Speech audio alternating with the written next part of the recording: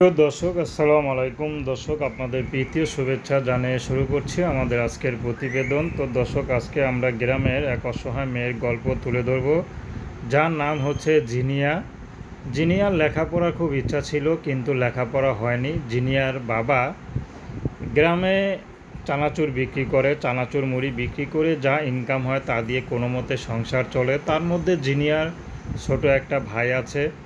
তো এরকম ৩-৪ জনের পরিবার চালাতে জিনিয়ার বাবা হিমশিম খেতে হয়। তার মধ্যে জিনিয়ার মা সবসময় অসুস্থই থাকে, তা কিডনি রোগী।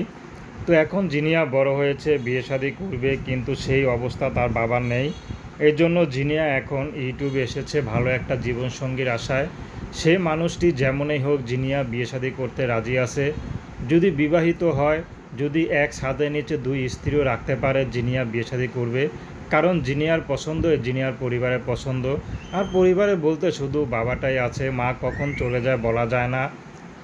তো এই জন্য যিনি এখন ইউটিউবে এসেছে, যদি ভালো একটা জীবনসঙ্গী পেয়ে যায়, তার বয়স যতই বেশি হোক, বিবাহিত হোক, তাতে কোনো আপত্তি নেই। যদি জিনিয়াকে মেনে নিতে পারে, সব কিছু জেনে শুনে, জিনিয়া বিয়ে শাদী করতে রাজি আছে। তো দর্শক, এ ছিল জিনিয়ার জীবনের সংক্ষিপ্ত জীবন কাহিনী। তো প্রেম, ভালোবাসা, সাহায্য, সহযোগিতা, বিয়ে শাদী করা একান্ত আপনাদের ব্যক্তিগত ব্যাপার। তো আসুন আমরা 5 ওয়াক্ত নামাজ পড়ি, সর্বদা দেশের সেবা করি। আর জিনিয়ার সাথে কথা বলতে নাম্বারে ফোন দিলে যোগাযোগ করতে পারবেন।